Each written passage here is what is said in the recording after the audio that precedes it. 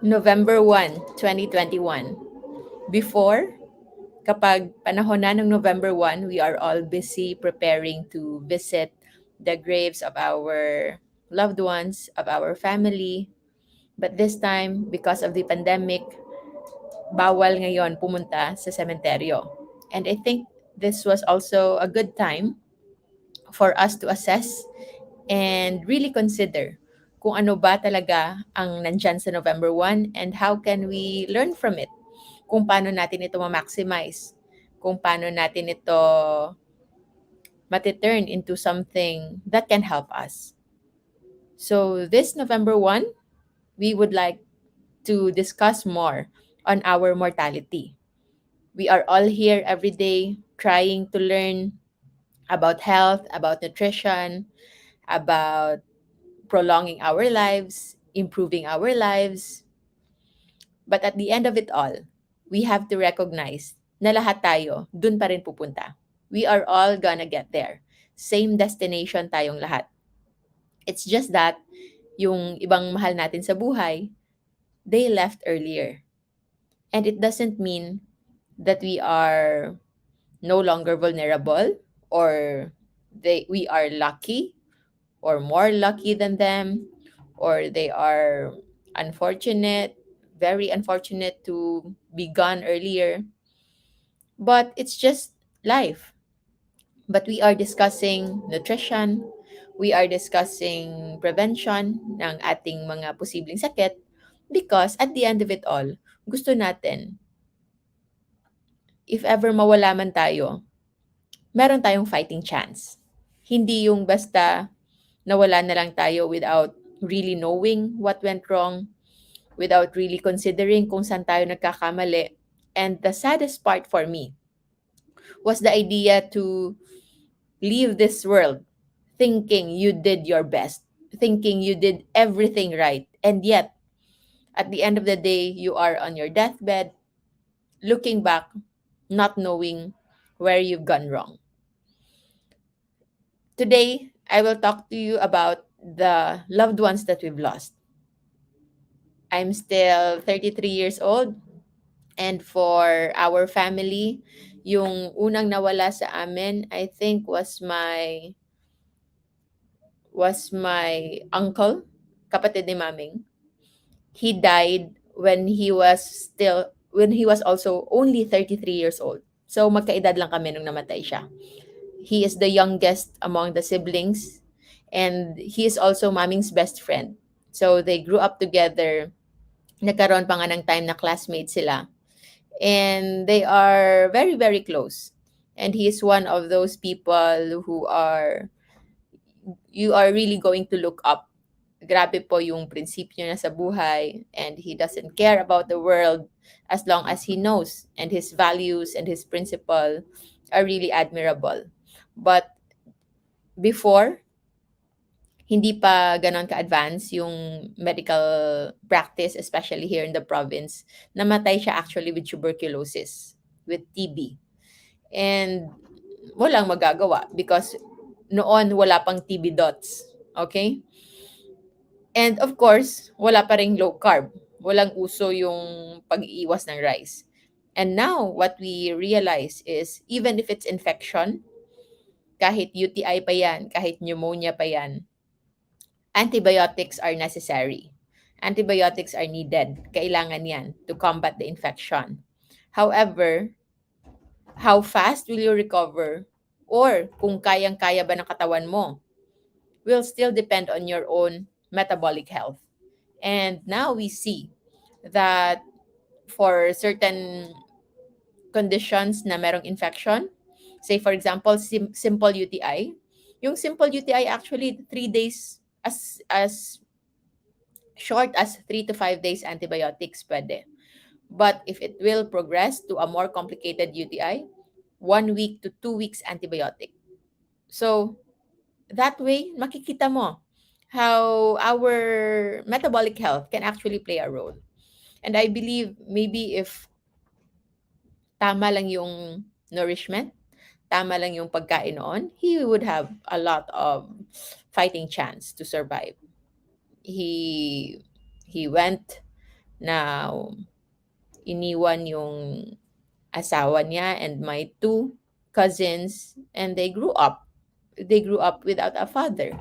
So sobrang nakakalungkot, especially that he could have been the best father one could ever have.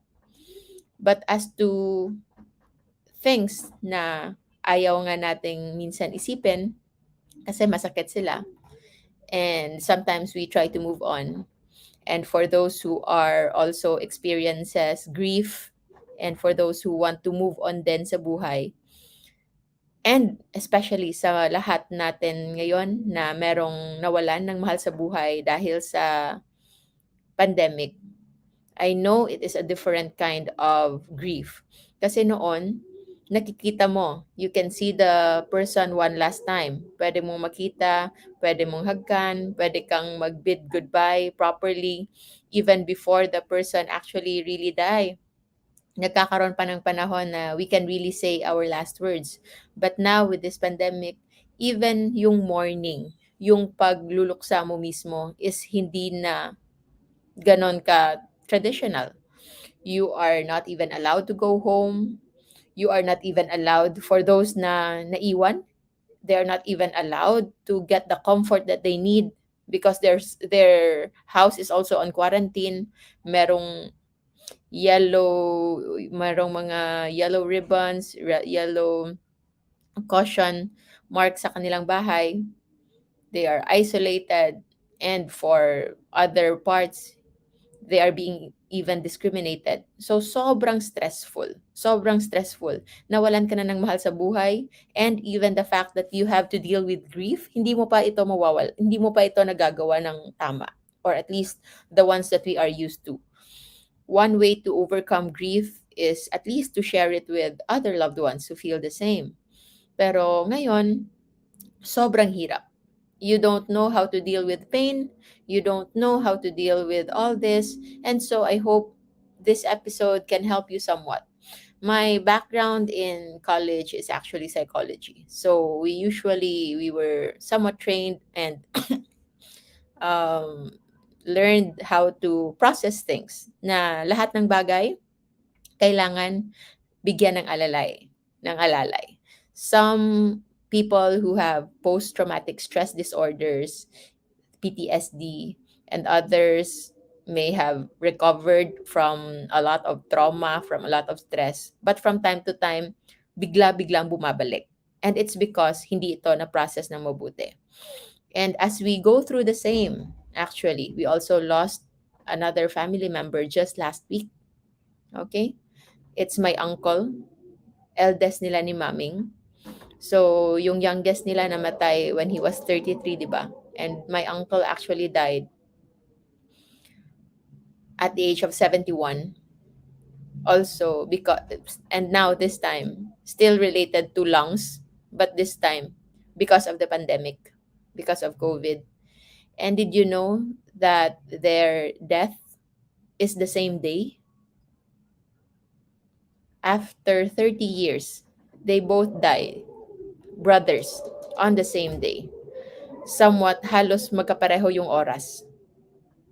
And it's a very, very devastating time for our aunt who is not here in the Philippines, and Maming, because they can't even go there. They can't even go to their sister-in-law to mourn with them. Kasi nga meron ganito. And with grief, meron lang tayong very basic on at least how to process it. Grief, sobrang sakit. Of course, it's because of the loss of loved ones. Hindi mo na sila makikita. The idea na hindi na kayo makikita ulit. There will be no time for you to talk anymore. Wala na kayong time to spend together. And partly, there was this hidden feeling of regret. Lahat tayo merong regret. Kung sana we were able to tell them how much we love them, how much we value them. And good thing, like with their siblings, sa mama ko at saka sa tita ko, hindi sila nagkulang diyan. They were not able they are very expressive. That's how we were raised as well. Hindi talaga kami nagkukulang sa I love you. So, para sa iba, kahit bata pa kami or when we're in high school or college and people are awkward in saying I love you towards their siblings, never kami nagka-problema ng ganyan. Even my brothers, Alvin and Andrew, they have common friends, nagiinuman, and then tinutokso sila ng ibang friends nila. Oh, sabihan mo nga na I love you kapatid mo. And sila, wala silang pakialam. I love you. We say that. So, good thing that we never have that as a problem when it comes to expressing our love. But this time, I think one of those regret or somewhat the pain of losing is that when when you know that something could have been done. Okay? Something could have been done. Meron sanang magagawa sana if only we knew about this or about that, or if only for us, for example, who've been practicing low carb nutrition and fasting, and we believe very much in our hearts because sa ngayon talaga wala pa kaming kilalang nagsuccumb to death when they started low carb. But what we know are a lot of people who are high risk in the first place. Sila yung grabe yung alam mong previously morbidly obese o di kaya sobrang laki ng tiyan, and then may BMI na obese na, sobrang taas ng triglycerides, sobrang taas ng uric acid, HbA1c, sobrang taas, diabetic, hypertensive for so long, taking 9 or 10 medications. I even, in one of my trips, I even got the opportunity to extend this learning to a seminary, and isa doon si Bishop. And I'm so happy na after 6 months, although 2 months, 3 months, he would message me and tell me about his progress.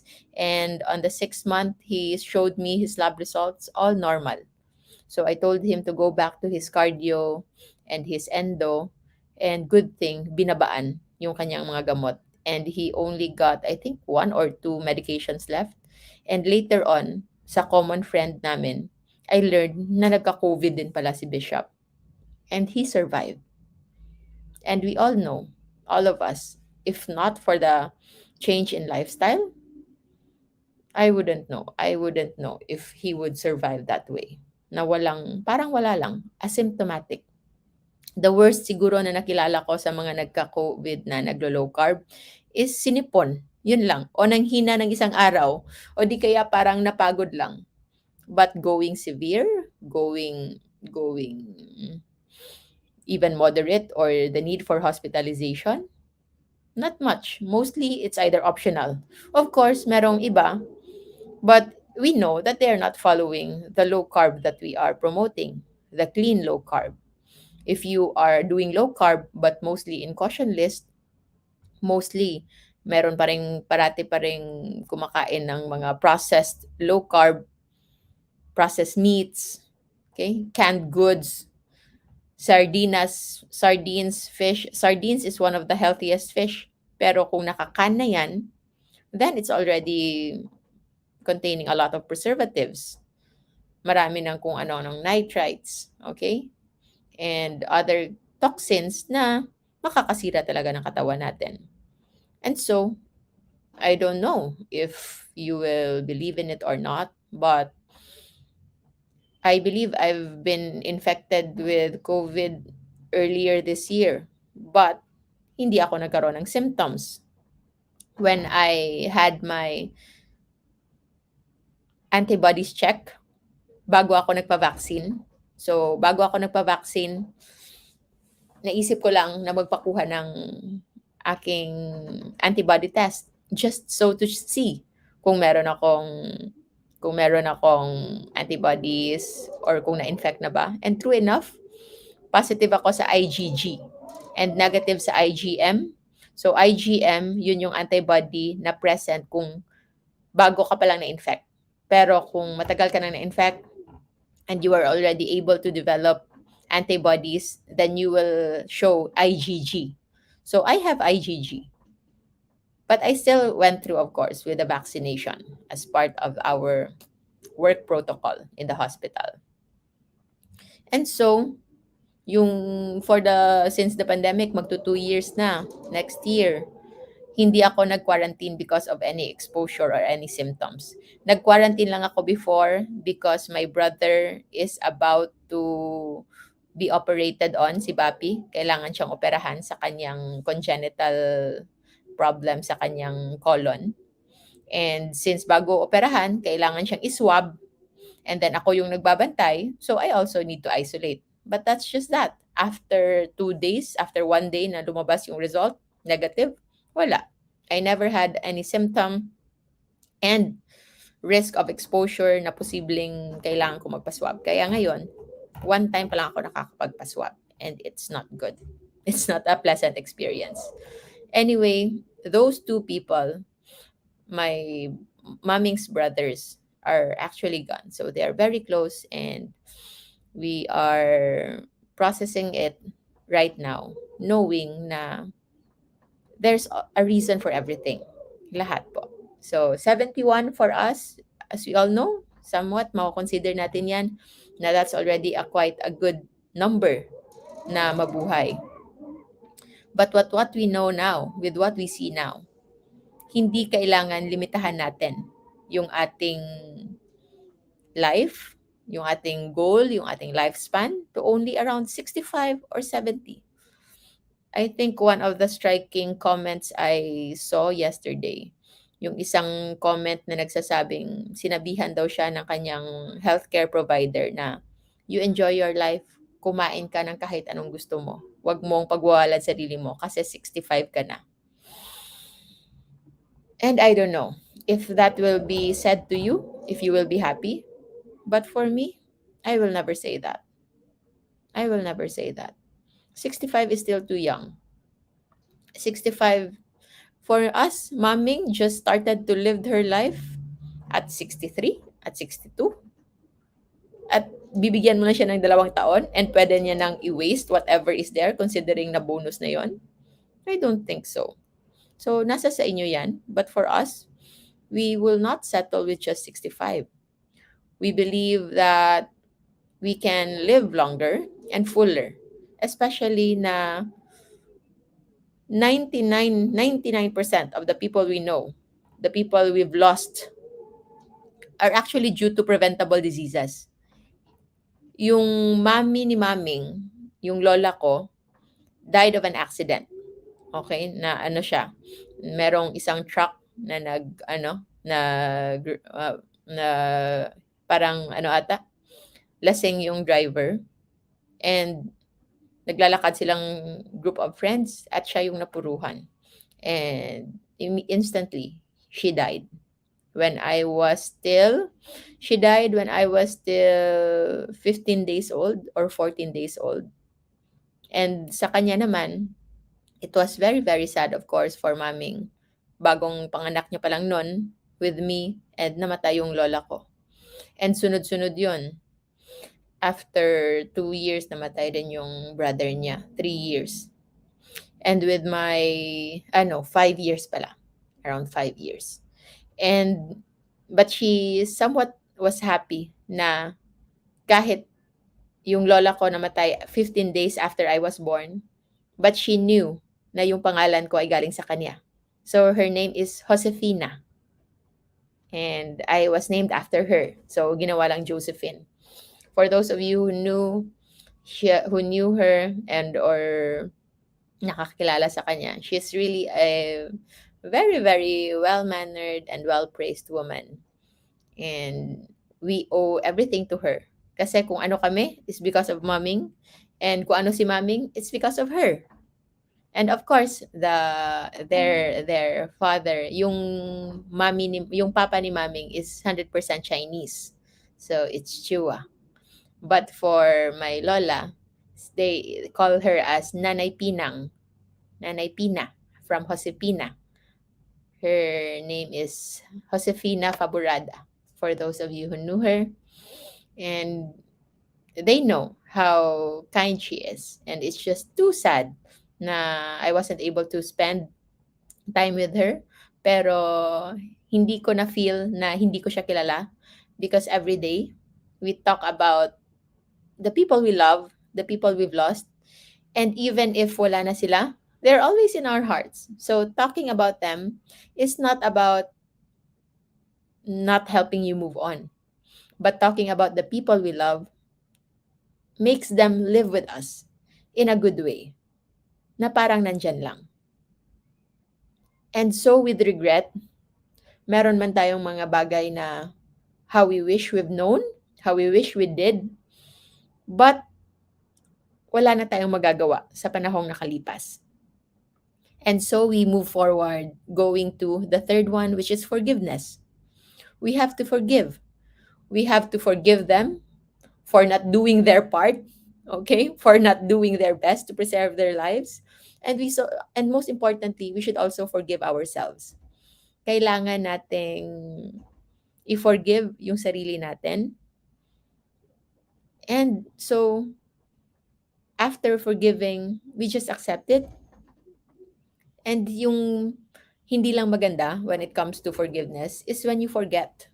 So that's why after forgiveness, you remember kung saan ka pwedeng mag-improve, kung ano yung mga factors na pwede mong baguhin. And so that is where you make a resolution. If wala naman tayong nagawa sa mga taong mahal natin sa buhay na nawala na, you are still here and you are not alone. You still have people surrounding you. As long as meron ka pang taong pwedeng matulungan, taong minamahal, those are the people that you can help. So you make a resolution para hindi na tayo masaktan ulit ng ganito kasakit, and we don't also have that much regret, and we also don't need to forgive so much. So we create a resolution. So our resolution is for us, for ourselves, to commit to a healthy lifestyle, to try to prevent illness na kayang i-prevent. And if ever meron talagang mga bagay na hindi natin makontrol, we accept it with open heart, knowing na the part that you can do something about ay ginawa mo. And the part that wala ka namang magagawa, so that's also a different thing. You let it go. You offer it to God. Kasi yon, it's not within our control. So our mortality will always be there. Hindi tayo nagsasabing dito tayo yung fountain of youth. It's not part of nature. Okay? We will all end. Okay? Nauna nga lang. Yun yung sabi ng brother ko. Pareho lang tayong pupuntahan lahat, but nauna lang sila. And so we bid them goodbye. And for us to move on and just see you later. Because later on, tayo ay pupunta rin doon. So I hope you know now with every loss, we can honor the people that we've lost, and we can accept na tayo ay dun din papunta someday. But right now, we are still here. And what we can do is cherish the life that we still have. May magagawa pa tayo. And that is the beauty of moving forward. Hindi lang basta moving on, but moving forward. Meaning, moving from where you are now to some place that is even better and with the right mindset. And of course, hindi natin kailangan madaliin yung ating mourning, yung pagluluksa natin. Try to have that time to really mourn kasi kailangan yan. And please try to not blame anybody. Do not blame God. Do not blame the situation. Do not blame anything. Wala na tayong magagawa dyan. We just have to accept it. And then, if we have stuff we regret, you give it forgiveness.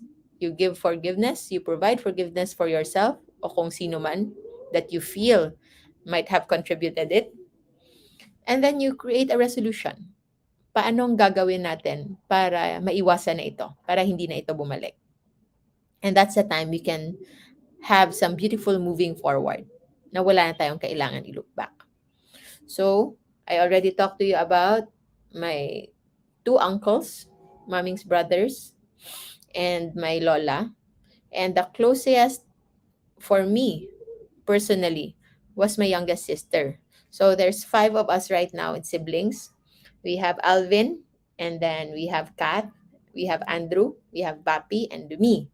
Ako yung youngest ngayon. Pero yung by birth, we actually have a sixth sibling. So her name is Jonna Kate.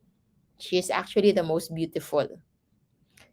But she died when she was 3 years old, and I was only 4 years old, 4 or 5. And she died because of Guillain-Barré syndrome. So Guillain-Barré syndrome is an autoimmune disease na inaatake niya yung nerves. So yung unang manifestation nito is nanghihina yung mga tuhod. So batang-bata pa, she was just 3 years old, and she was complaining that she can no longer stand, she can no longer walk.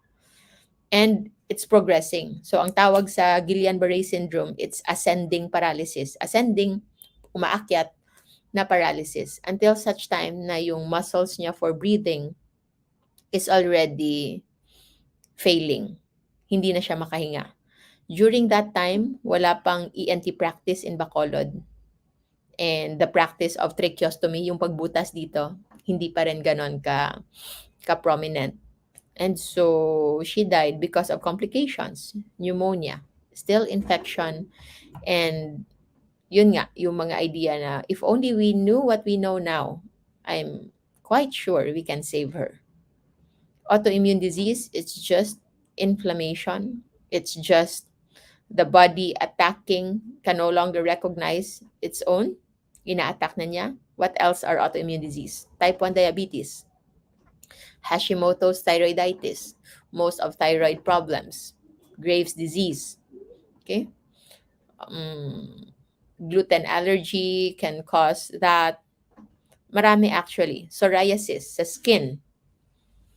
So autoimmune disease, we usually lump them or group them together with allergies, with asthma, skin asthma,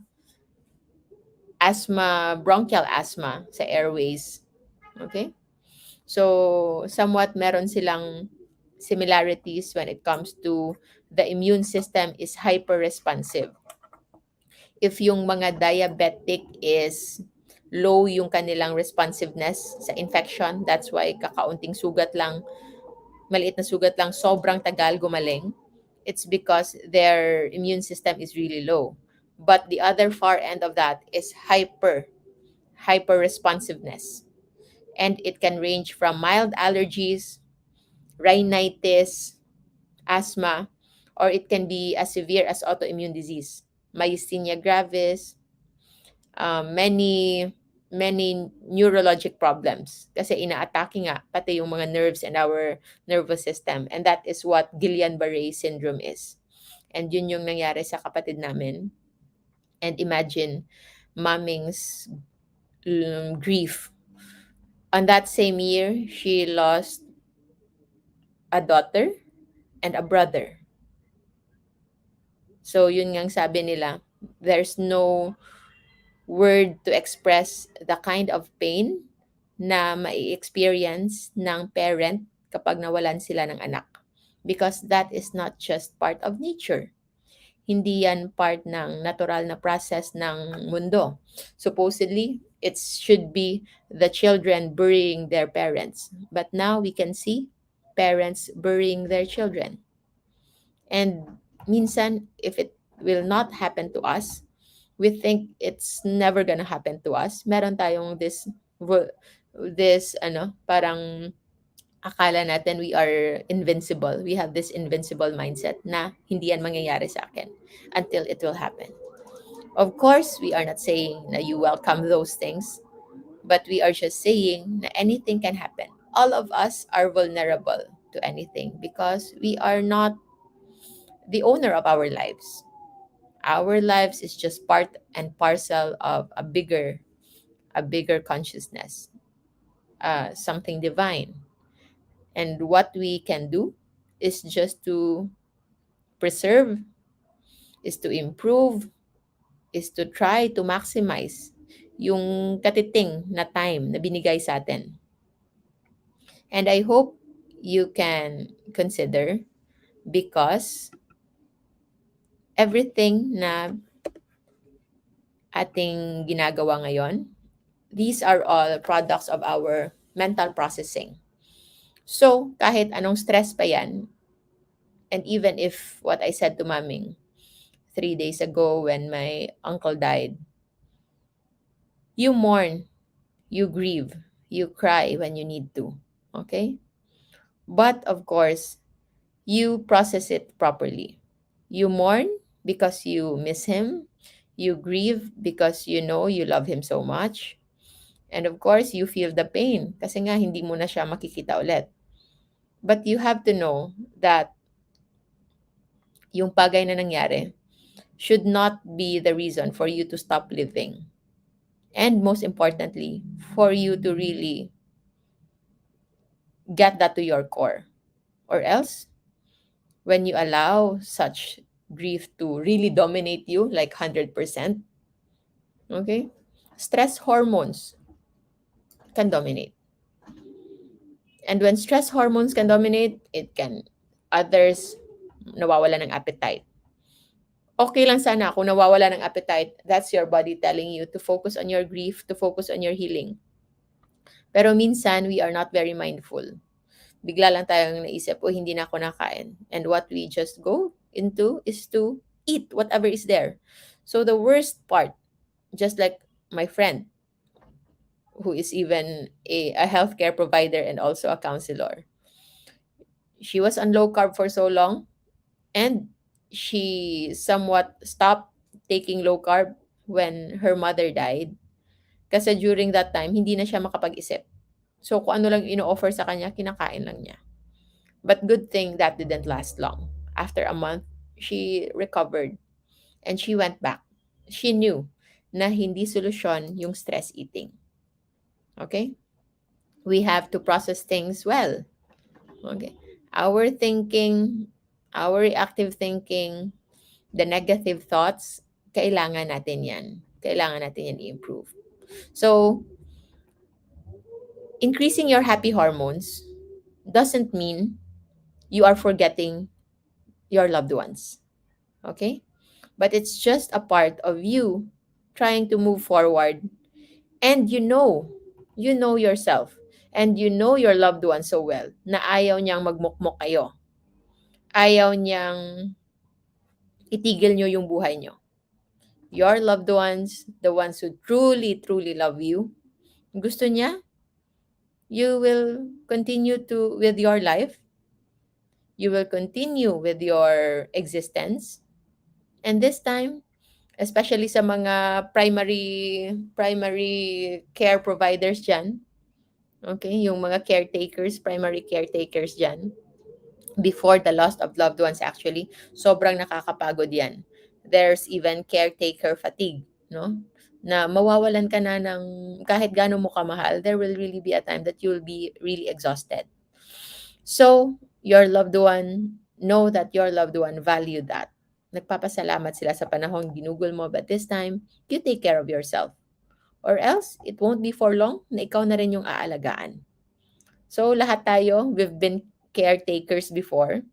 And we know how hard it is to be a caretaker. But of course, we do it with pleasure. We do it with service because it's for the people that we love. But we don't want that burden to be passed on to another. So, wag na tayong maghintay pa na kailangan na tayong isugod sa ospital, o meron na tayong dinaramdam, o kung meron na tayong kailangang bilhin na gamot, na sobrang daming gamot, just so we can continue to live every day. Okay? With happy hormones, you can cultivate that with eating right, thinking right, because thoughts becomes reality.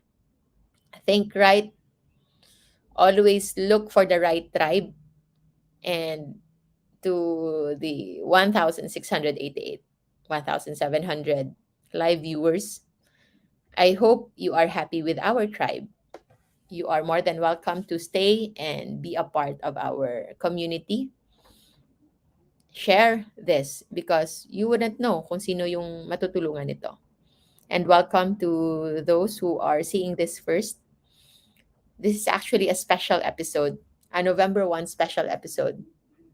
Hindi lang natin basta iniisip yung ano lang, yung pagkain lang natin o yung fasting natin na schedules because our health and wellness is more than that. Okay? Kailangan din natin ng proper thinking, proper group support, proper tribe. And so, we can correct kung ano man yung merong kailangan i-correct sa atin. I usually show this, the 4 kinds of parang illness sa tao. There's biochemical, so yun yung tumataas yung BP, tumataas yung blood sugar. Merong physical, so yung nabangga, nabugok yung ulo, o nasugatan. So those are physical. Pathogenic, merong infection, merong infectious agent like cholera, typhoid, okay, pneumonia, okay, UTI. Those are pathogenic. And neuropsychological. So this episode is dedicated for neuropsychological stresses. The trauma and stress na nararamdaman natin whenever we face with mortality, either yung sa atin and yung sa ating mga mahal sa buhay. But what we know now, if we have a good biochemical structure, okay, plus the right mindset, then you can somewhat become okay, almost very much capable of overcoming kahit anuman sa apat na ito easily and in a shorter period, and you will even come out a lot better. So, how can you improve your biochemical health? You eat right, okay? You eat the right foods, the right quality. Know our safe list, the JGC Rojo safe list. Lagay ko dyan for you to see. I will make a post about it for you to get updated. Kasi yung na makikita mo ata parang yung old pa. Malalaman mong new na yon kasi meron ng milk tea sa danger list. Okay? So, JGC Rojo food list. Eat right. Okay? And also eat at the right timing. So, if you can search in YouTube or in Facebook the 18-6 circadian fasting. That's my favorite fasting schedule. Malay nyo, baka pwede nyong gawin yan. And you can see yourself also improving. So eating the right quality of foods, good quality food, and the right timing can improve your biochemical health. And with neuropsychological, just think positive. Always have happy thoughts. And kung feeling nyo nauubusan na kayo ng happy thoughts, open yourself to new experiences. Okay? Widen your horizon. Meet people kahit online lang. But be very cautious as well. Okay? Kapag hindi nagre-resonate sa'yo, if you're talking to someone, first 3 seconds, if it doesn't make you feel good, they are not the ones for you. Choose the ones you are connected with, the tribe that can help you grow, and you can where which tribe you can also impart. Baka noon natututo ka lang sa Life Without Rice at sa LCFF natin, ngayon ikaw na yung sumasagot ng mga tanong. So you are already making an impact, you are already changing lives, you are already helping, and you helping is also contributing to your own mental health with positivity, with envisioning that things can be better. Things are already better. So if we go back in acceptance, acceptance of the things that we are not in control, letting go of the things na wala sa ating mga kamay, those things that are just part of the life cycle na kailangan nating tanggapin, we accept that. But for those things that we can still do something about, especially yung pagkain, I think we've underestimated the effect of bad food for too long na I can see other even. It's just, I know, iba-iba yung mga tao, especially mga doctor and fellow healthcare providers. We are who we are by our profession, but individually, we are just people. But I think we all have a responsibility na even if we have certain belief systems, but if you know that certain belief system is not really the best and your words are influential to others, then I think it should be better to just keep that within yourself. For me, I am a believer of fasting and low carb. As you all know, hindi ako ma-exercise na tao. Hindi ako magalaw na tao. That's why seldom you can see me like really moving and doing all that. But I understand that exercise is very, very good for our overall health, for stress endurance, okay, for improving our mental health, our brain capacity, our muscles, and everything. And so I promote exercise for those who can accommodate exercise. But I am open and honest that as of this moment in my life, I am not doing it, not regularly. The last time I did exercise was during first week of September when I was still trying to establish a routine for my exam. But hindi na yun nasundan. And if ever I do, I usually just limit to 2 to 3 songs. Yun lang. Meron lang akong music and then I listen to it and then it's a very, very loud music. If you've seen my stories, those are the music that I listen to in the morning. And I just move according to the music and that's already my exercise. At kahit ganyan, hindi ko na yan nagagawa. But I'm doing something else that's working for me. So you also find what's working for you. And if you are doing it with exercise, then well and good, and I congratulate you.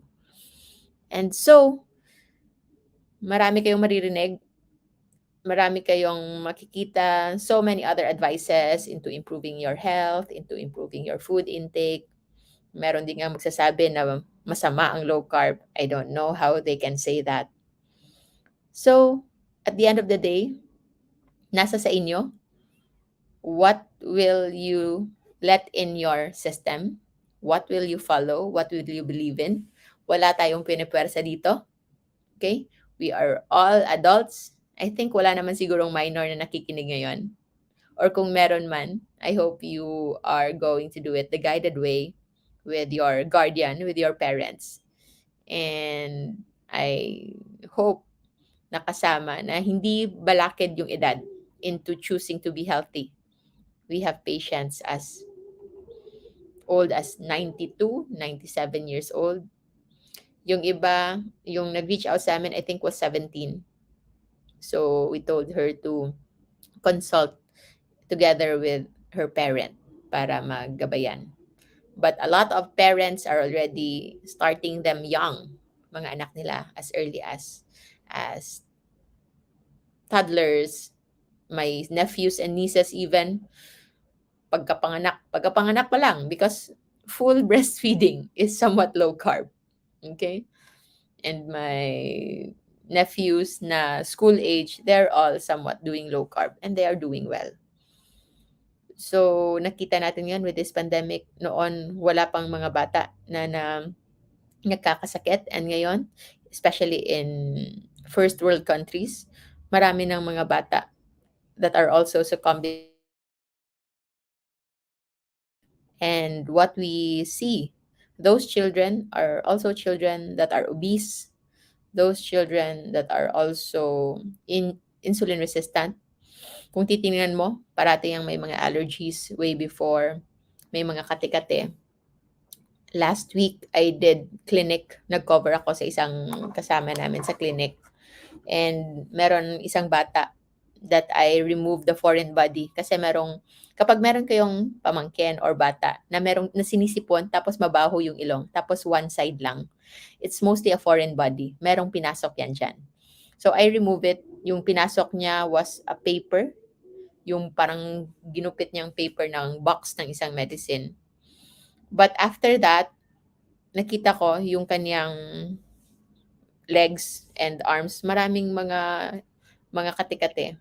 And there are somewhat of hindi yung sasabihin mong malnourished o well fed, well provided na bata.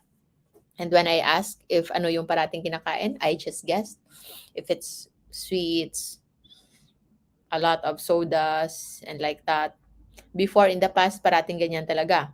Sasabihin lang, oo daw kasi meron kaming tindahan, meron kaming sari-sari store. So, eat all you can, lahat ng kung ano-anong chichirya yung bata. But this kid, actually, hindi daw masyadong mahilig hindi daw kumakain masyado, hindi binibigyan ng juice o ng soft drinks. Pero, yung biskwit, yung mga crackers, yun yung parating kinakain. And we talk about it among our siblings na there is this idea when it comes to providing for our children, especially for us, for example, na lumaking walang mga ganyang mga chichirya. Okay? Wala kaming masyadong ganyan. We eat real food and only on the right time because yun lang talaga ang nandun noon.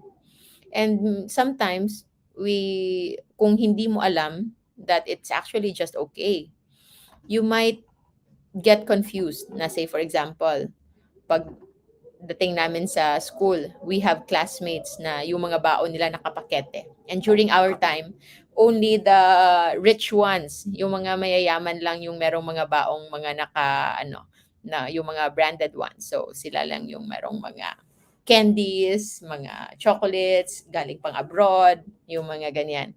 And so, if hindi mo yan ma-process ng mabuti, you might think that providing those treats, providing those branded snacks is the best thing for you to show your love to the kids.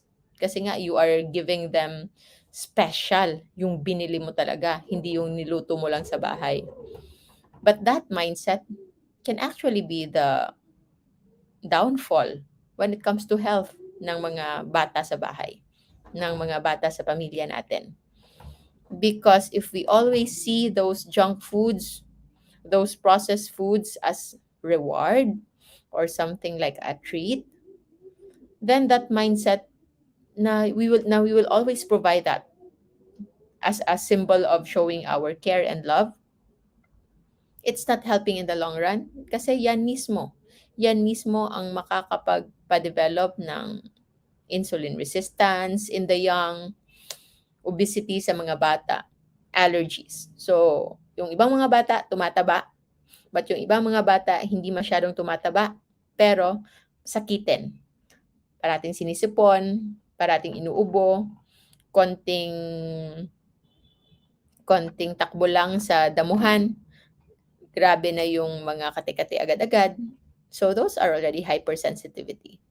And it's not, hindi kasalanan ng damo. We've been living on grasslands for so long sa ating history as humans. But it's because the body of many people now are already in an inflamed state, on an inflammatory state. Yun yung nakakakos ng problem. Because our body is already in an inflamed state to begin with. And so those mindset we have to correct. The best and healthiest foods are the ones that you only prepare and the foods that are real foods. So ano yung real foods natin? From the safe list, basic. Ano yung ginawa nating question? Tanungin lang, gulay ba to? Kung hindi, ulam ba to? Yun lang, gulay or ulam. Gulay or ulam. Kung hindi siya na belong sa gulay or ulam, try to avoid it as much as you can.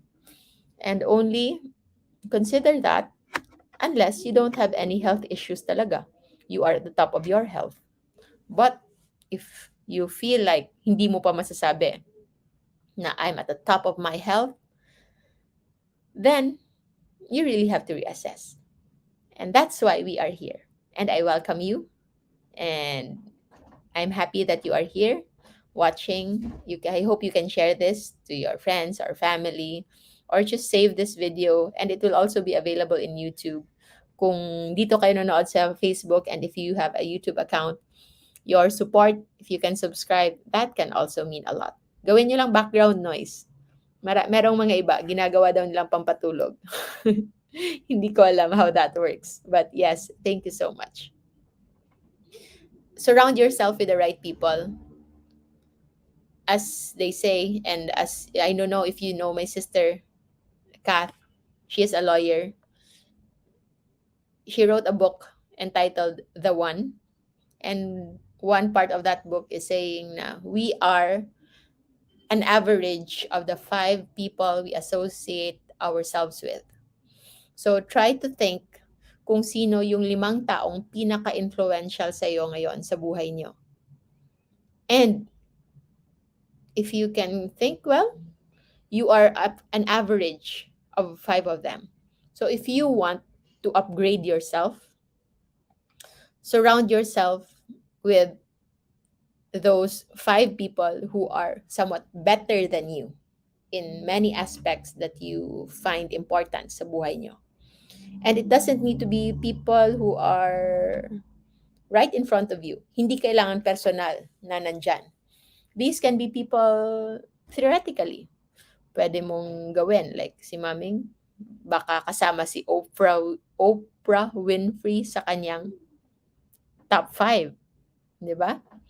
So, pwedeng si Gandhi, pwede si Buddha, pwedeng si Jesus. Okay? So, you can choose the five people whom you want to always consult with, whom you want to always deal with.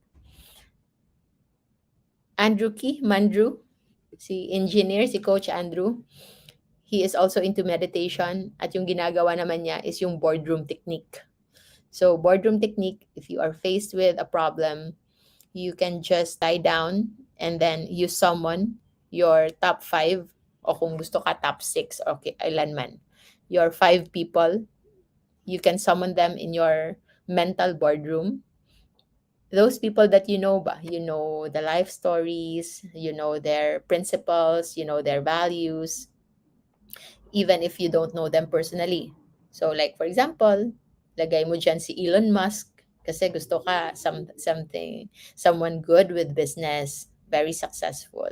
Lagay mo rin dyan si Jesus, and you also put there Buddha, and you also put there Gandhi, o baka gusto mo rin ilagay si Plato dyan o si Hippocrates or whoever who you look up to.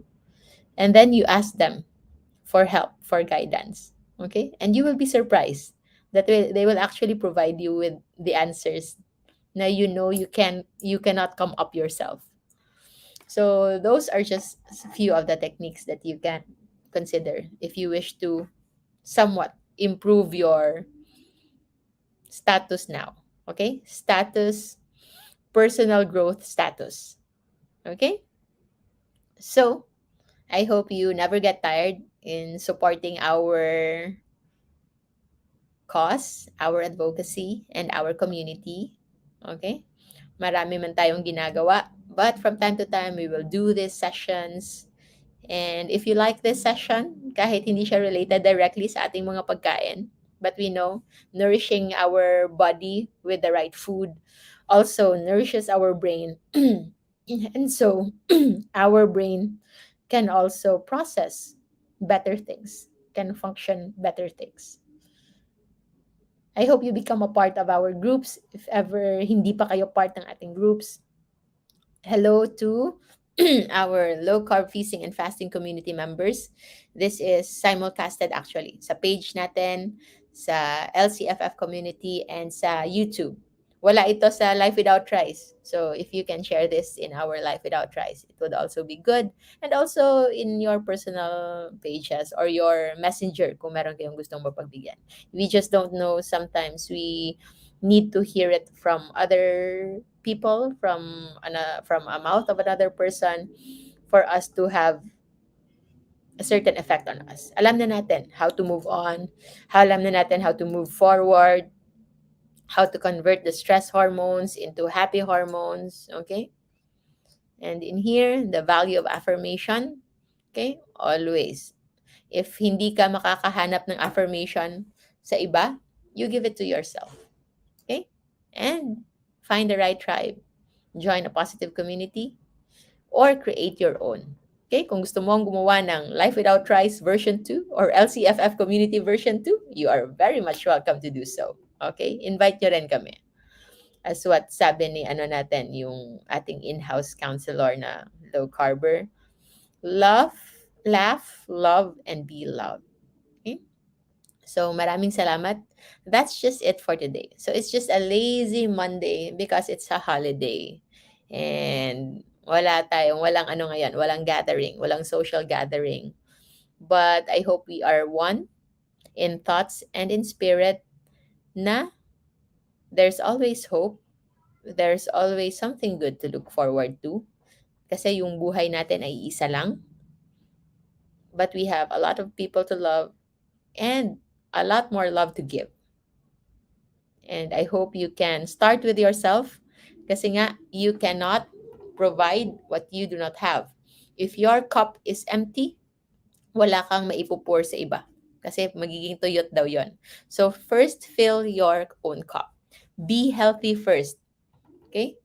Be healthy, be nourished, and only that time you can also help another soul to be healthier, to be well, to be healthy. Okay? So maraming salamat everybody. May you be able to enjoy this long weekend and ponder on things and commit to your cause, to your loved ones by first committing to yourself that from this day on until December, until 2022, wag na tayong maghintay ng New Year for a New Year's resolution. Take this day, a reminder of our own mortality, a reminder of the only life that we have, this chance that we have to make better, for us to do better, so that there will be no regrets, only gratitude. Magpasalamat lang tayo for the opportunity and for the life that we have been given. Okay? Thank you very much. Remember to always stay low carb so that we all stay safe. Have a good day, everyone. Thank you.